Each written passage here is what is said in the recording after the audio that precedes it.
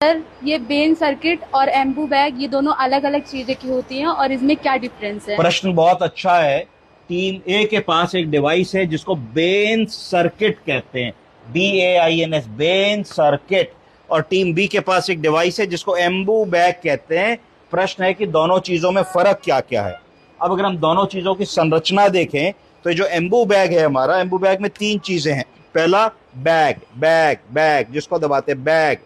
बीच में दूसरी चीज है, इसका है यूनिडायरेक्शनल वॉल्व। यूनिडायरेक्शनल वॉल्व का मतलब है कि एक तरफ सांस देता है, सांस वापस नहीं आती, वन डायरेक्शन में सांस देता है, यूनिडायरेक्शनल। तीसरी चीज मास्क है, मास्क। मास्क जो रोगी के मुंह और नाक के ऊपर लगा दिया जाता है जिससे कि मरीज को हवा हम दे सके। तो इस डिवाइस का क्या पर्पस है? इस डिवाइस का पर्पस यह है कि अगर आदमी स्वतः सांस ना ले पाए उस अवस्था में हम मरीज को इमरजेंसी में ऑक्सीजन, एयर एक टाइडल वॉल्यूम और प्रेशर के साथ डिलीवर कर सके। तो ये बात हमारी एम्बू बैग हो गई। दूसरी टीम के पास अगर हम जाते हैं तो इसमें जो है एक कोएक्सियल कोरोगेटेड ट्यूब है, कोएक्सियल कोरोगेटेड ट्यूब है। एक वॉल्व इसमें भी है और एक बैग इसमें भी है। जैसे ये बैग दबाती है, मरीज का फेफड़ा है, दबाइए, उसको सांस मिलती है, उसको सांस मिलती है, मरीज के फेफड़े को सांस मिलती है, मरीज के फेफड़े को सांस मिलती है।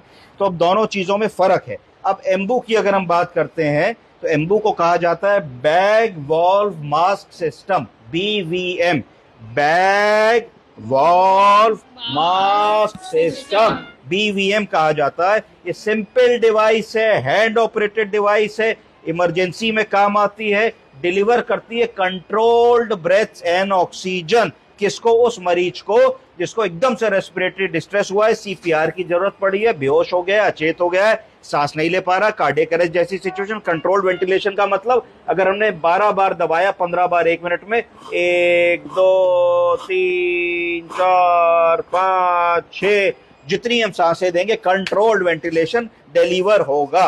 अब हम बेन सर्किट की अगर बात करते हैं तो ये semi open anaesthesia delivery system है। इससे हम बड़े बड़े ऑपरेशन भी करा सकते हैं।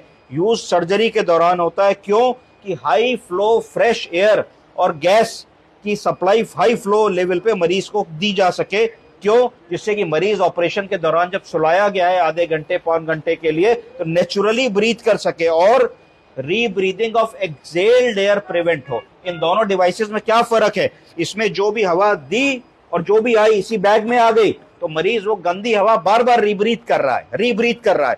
पर यहां तुम्हारी जो प्रायोरिटी है वो है कि जान बचे। अगर थोड़ी देर के लिए मरीज थोड़ी ऑक्सीजन